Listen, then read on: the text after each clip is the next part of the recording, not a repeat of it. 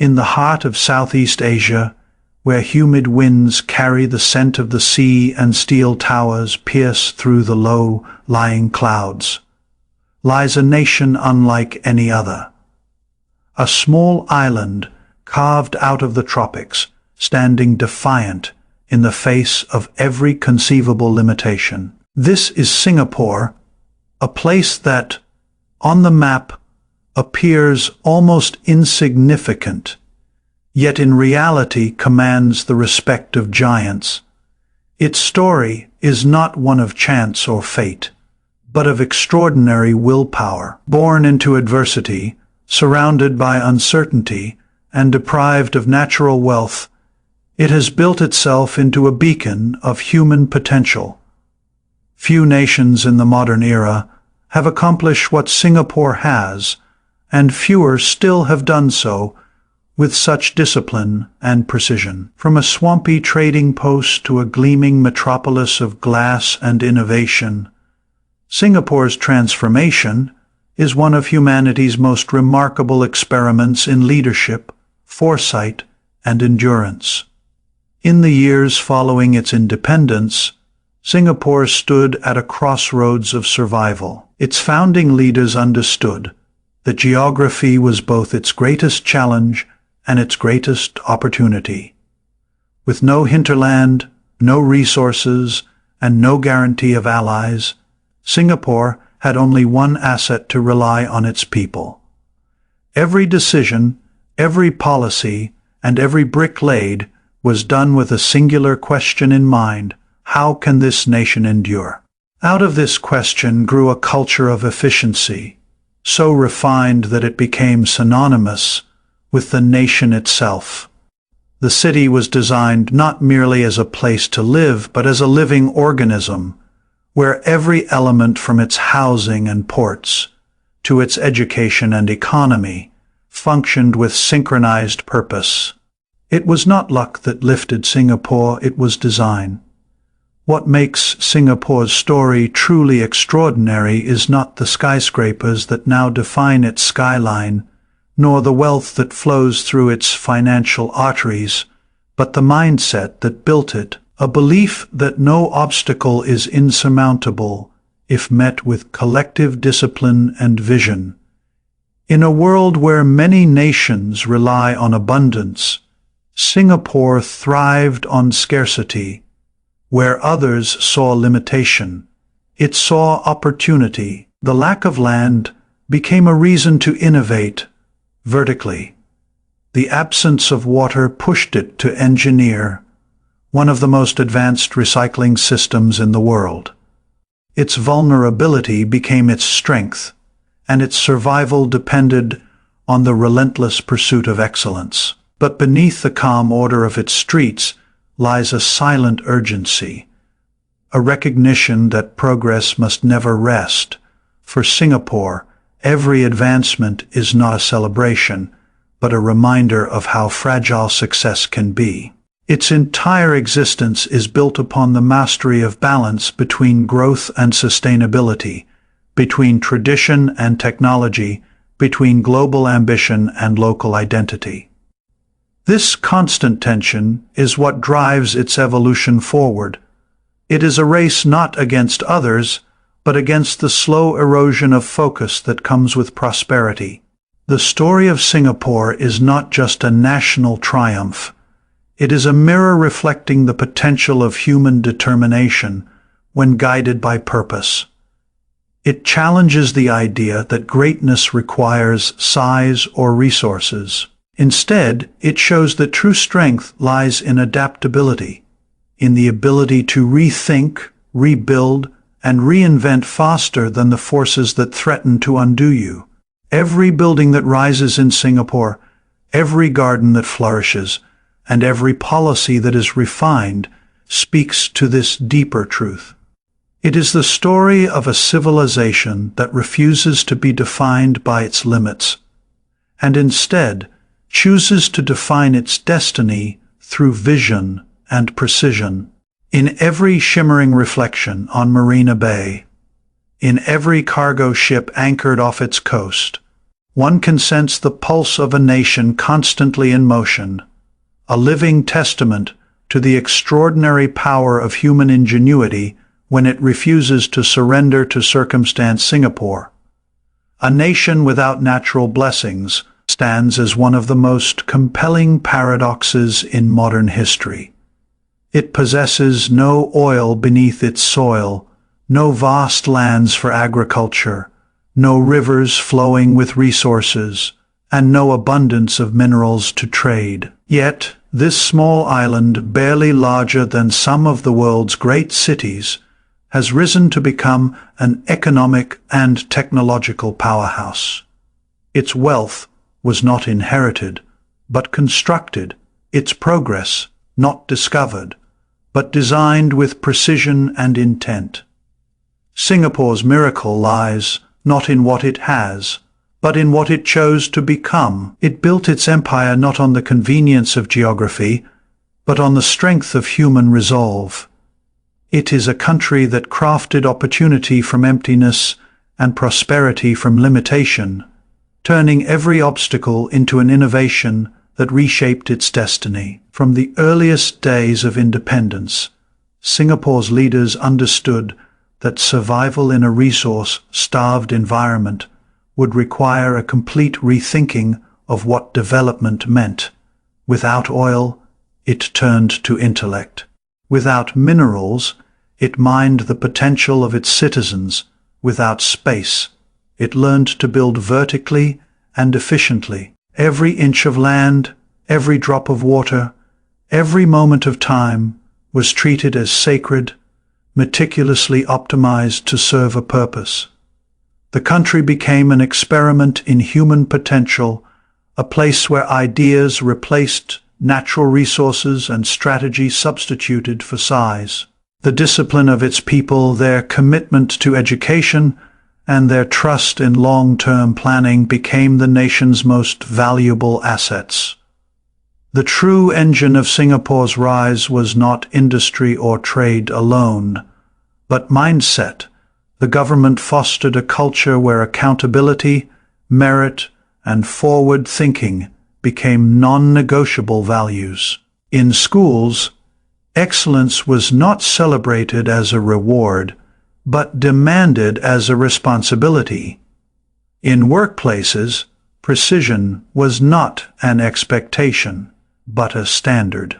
This collective consciousness transformed the city into a living machine of progress, a finely tuned organism that could adapt, react, and evolve faster than any of its rivals.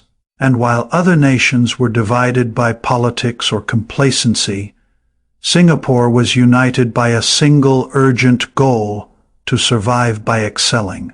The country's transformation also came from its fearless embrace of globalization. It positioned itself not as a competitor to the world, but as a bridge for it. Its ports became the arteries of trade connecting East and West. Its financial systems, the nerve centers of capital, and its universities, the incubators of innovation. Yet beneath this glittering success was always an awareness that it could all vanish without constant vigilance. Singapore knew that the world owed it nothing and that its relevance depended on remaining indispensable. Thus, while others chased comfort, Singapore chased competence.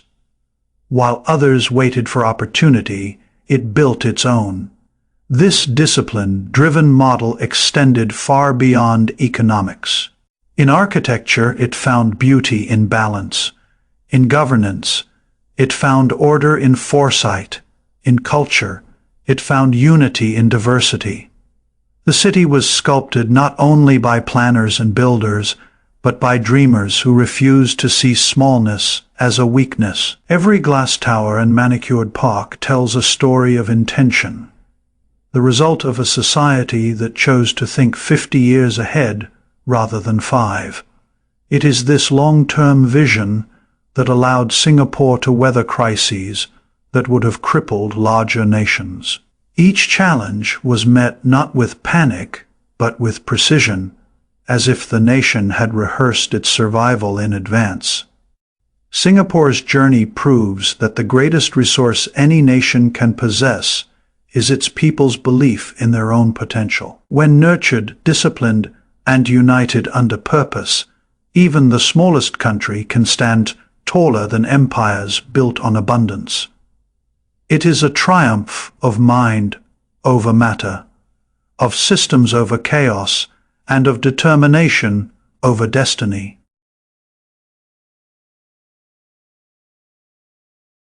Yet beneath the glittering skyline, beneath the polished image of prosperity that the world so often admires, there lies an invisible tension, a silent countdown that beats like a second pulse beneath the city's calm exterior. It is the rhythm of urgency, the reminder that nothing in Singapore's success is permanent. For a nation that rose from scarcity, the true threat is not poverty or invasion, but time itself. Every skyscraper, every efficient system, every perfectly executed plan carries within it a quiet vulnerability. Progress, after all, is not a destination but a balance, one that can tip in an instant if vigilance fades. The same intensity that once built the nation must now be sustained against the slow, creeping dangers of complacency, aging population, and global unpredictability. Singapore's clock began ticking the moment it declared independence.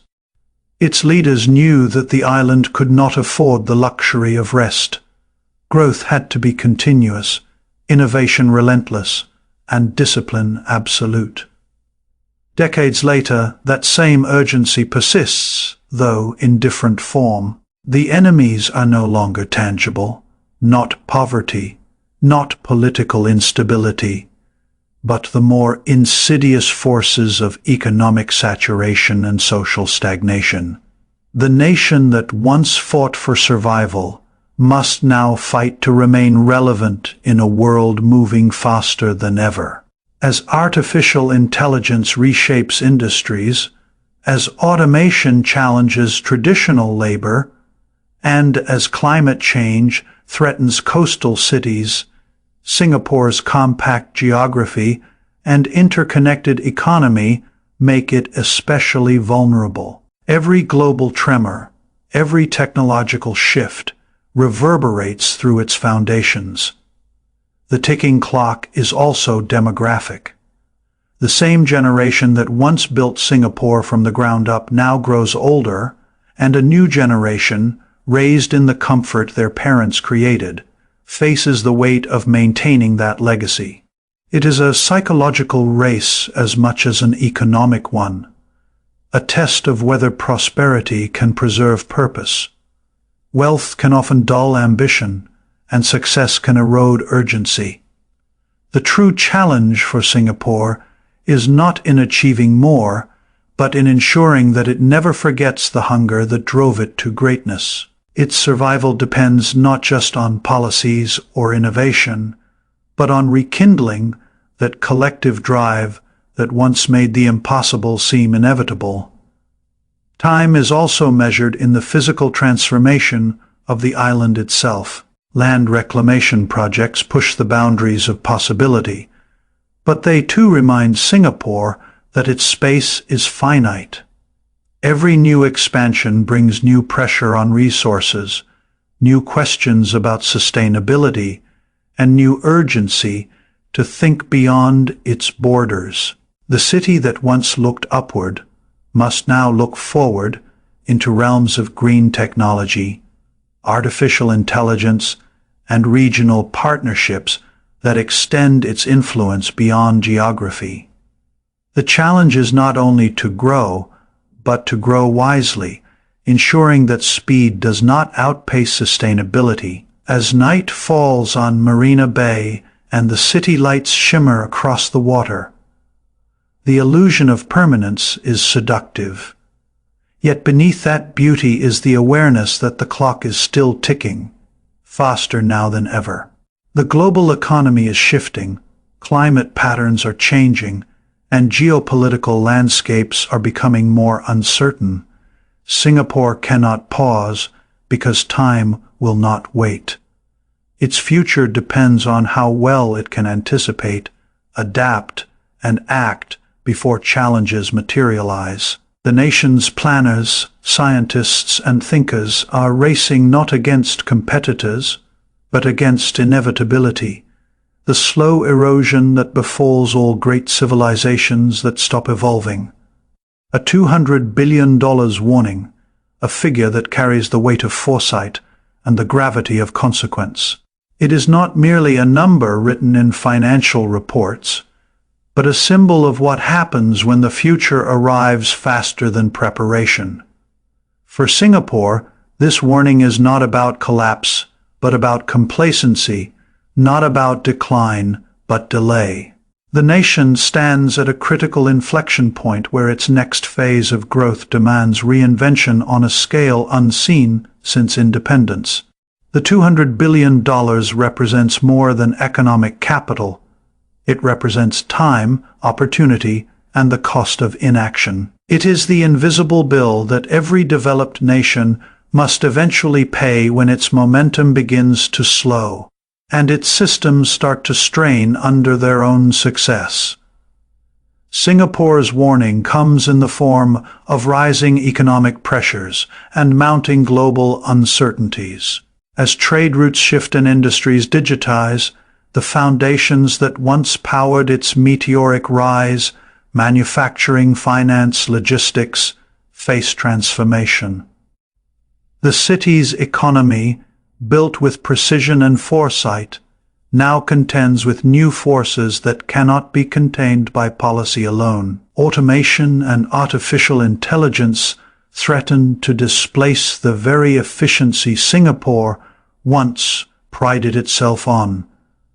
Climate change challenges its infrastructure, demanding investments worth billions to safeguard the island from rising seas. Aging populations strain the healthcare system, while global competition for talent intensifies. Each of these factors contributes to a cumulative cost, a figure that echoes in policy papers and economic forecasts as a stark reminder of what must be addressed before it is too late.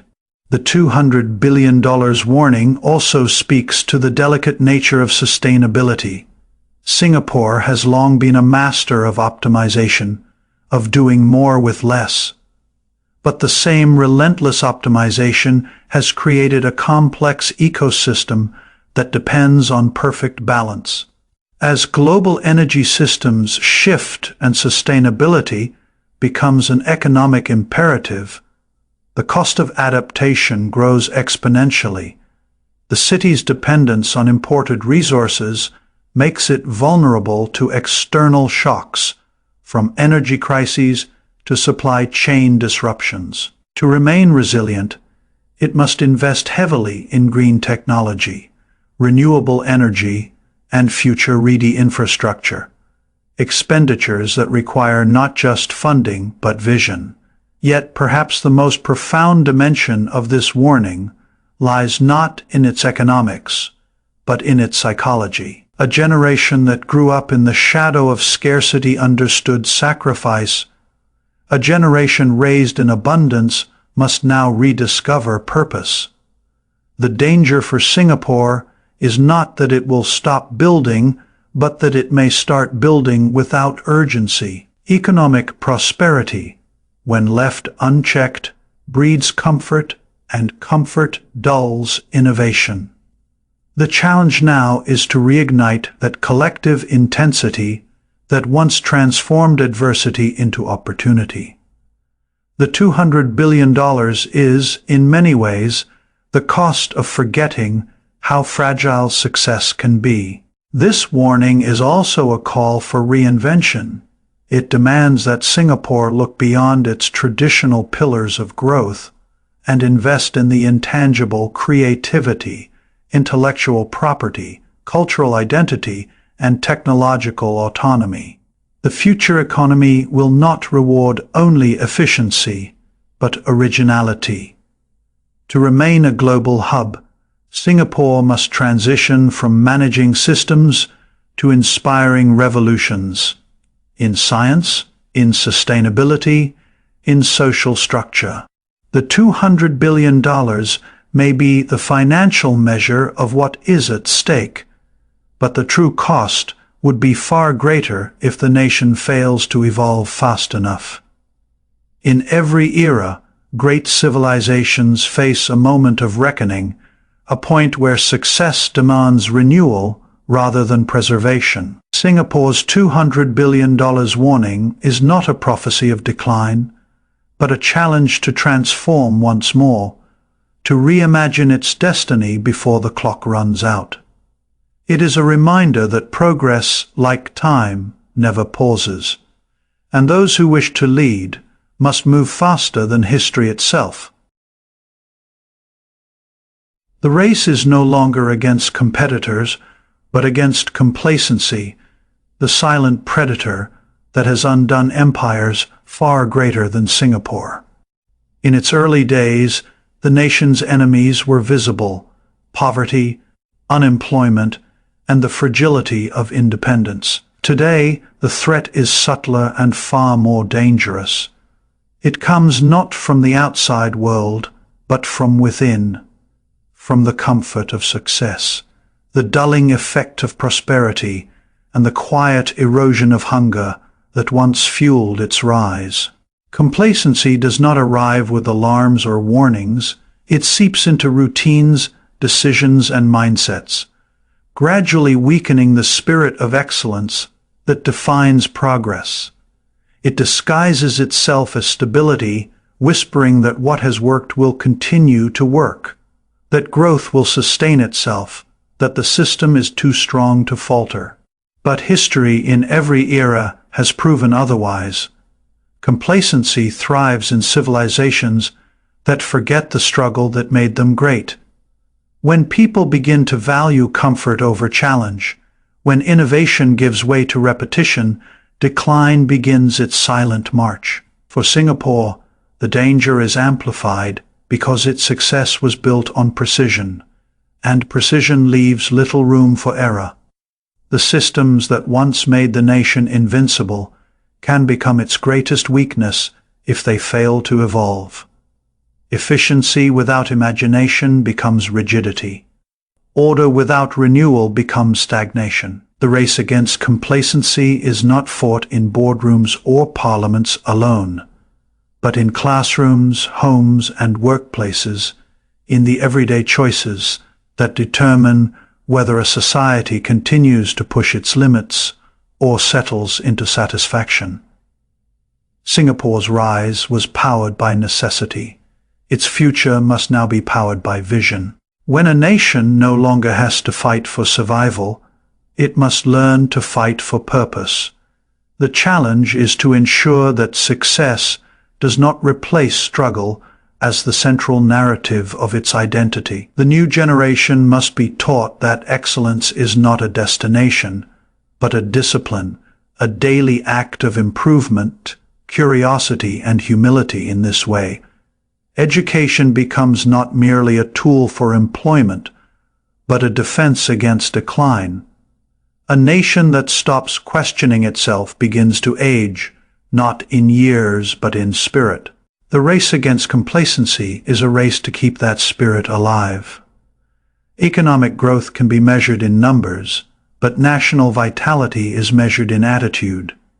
When innovation slows, when risk-taking declines, when bureaucracy begins to outweigh creativity, a nation begins to lose its edge. Singapore's challenge is to remain dynamic while preserving order, to stay ambitious while avoiding arrogance. This delicate balance defines the very essence of its character, a society that must constantly reinvent itself without losing the discipline that made reinvention possible. It must encourage its citizens to dream bigger than the systems that govern them, to build industries that do not yet exist, to create technologies that redefine global norms for Singapore. Stagnation is not a pause, it is a descent. The greatest civilizations have fallen not because they were conquered, but because they ceased to adapt. Complacency, once it takes root, spreads quickly from institutions to individuals, from policy to culture. It thrives on predictability and resists change. To defeat it requires discomfort, experimentation, and courage. The willingness to disrupt what already works in pursuit of what could work better. Singapore's history has shown that it can overcome any challenge when its people unite with purpose. The question now is whether that same unity can be sustained in an age where the threats are invisible and the victories are harder to measure. The race against complacency will decide whether Singapore continues to lead or slowly becomes a relic of its own success.